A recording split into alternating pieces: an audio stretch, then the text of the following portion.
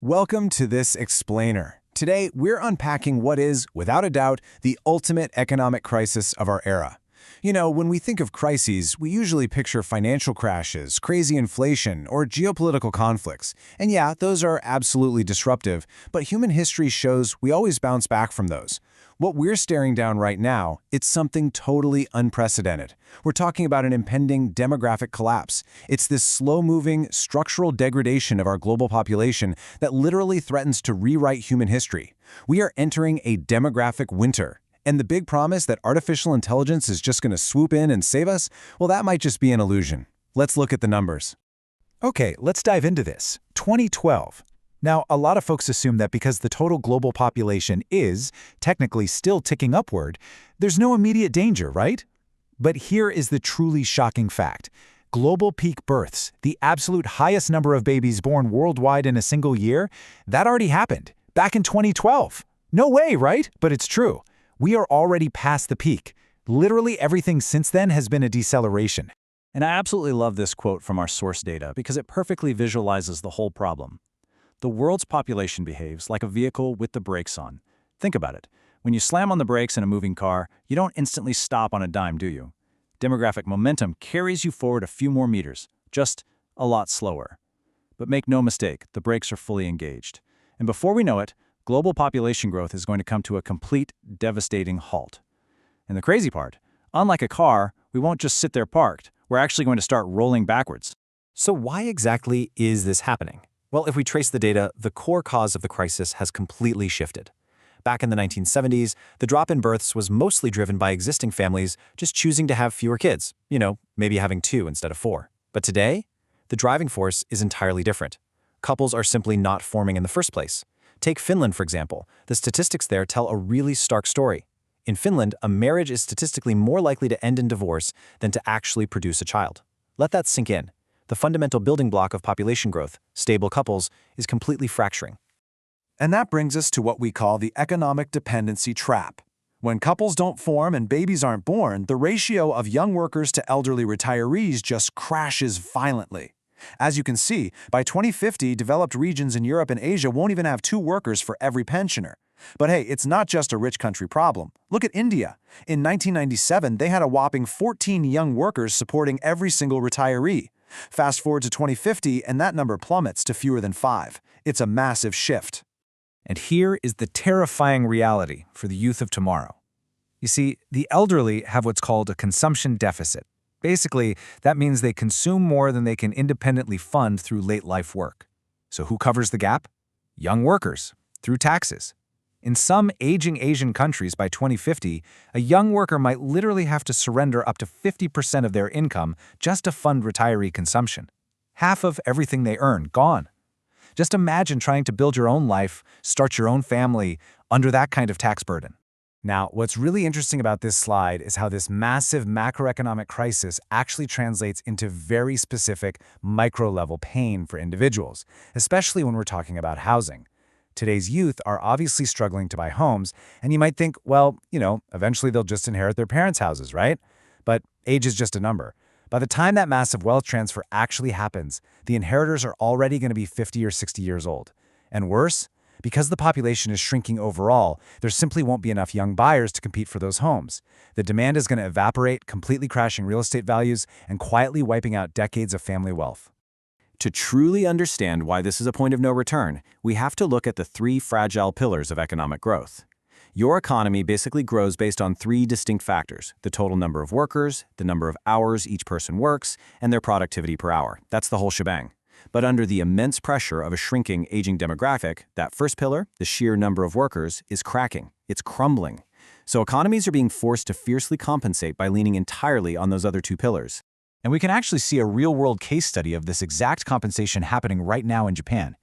To offset their rapidly shrinking youth population, Japan has had to force their older population to work much longer hours just to keep the economy afloat. Look at this. The labor participation rate for those over 50 has surged from 73% in 1997 to 84% today.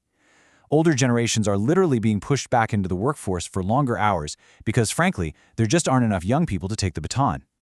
So the crucial point is, if we can't just keep working until we drop, our only hope is productivity.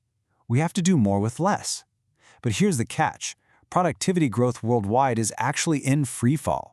For rich countries to just maintain their current rate of economic survival as the population ages, they would need an impossible 2x to 4x multiplier in their productivity growth rate, and they'd need to sustain that every single year until 2050. It's a mathematical mountain that genuinely seems impossible to climb.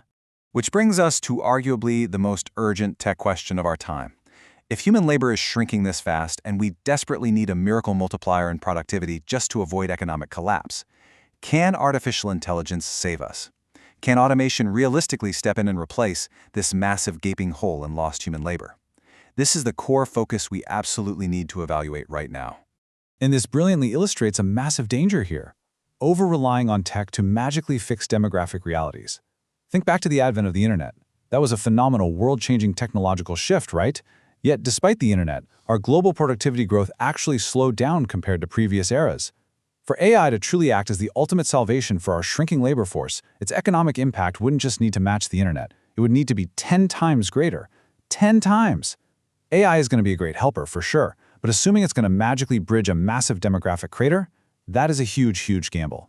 Furthermore, we have to remember who actually creates innovation in the first place. Historically, young people are the most innovative segment of any population.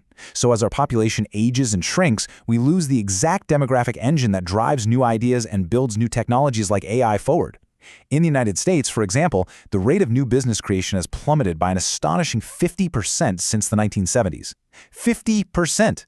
The data points really clearly to the aging population as the primary culprit here. Older populations are just inherently less economically dynamic. Now, while wealthy countries might be able to scrape by and afford the crazy expensive transition to AI and robotics, emerging markets face a brutal race against the clock. They are in very real danger of getting old before getting rich. If a country like India sees its dependency ratio collapse to just 4 workers per retiree before it actually builds its wealth, its GDP per capita might permanently stagnate at barely $10,000 a year. They'd basically be trapped in economic stagnation without ever reaching developed living standards. Let's move to and see how this builds into potential solutions. How do we actually fix this? Well, we've already tried a few things. Over on the left, we can see the failure of just simply throwing money at births. Hungary invested a massive 5% of its GDP every single year into birth subsidies, and they achieved practically 0 net new births. It really just made families who already wanted kids have them a little bit earlier. But on the right, the data points to a much more human-centric solution: marriage subsidies. Because the root cause is a lack of couples, policies that incentivize and support stable, long-lasting partnerships are actually proving far more effective than just writing a check for a baby. But wait, what if we merge our tech hopes with our demographic needs in a slightly different way?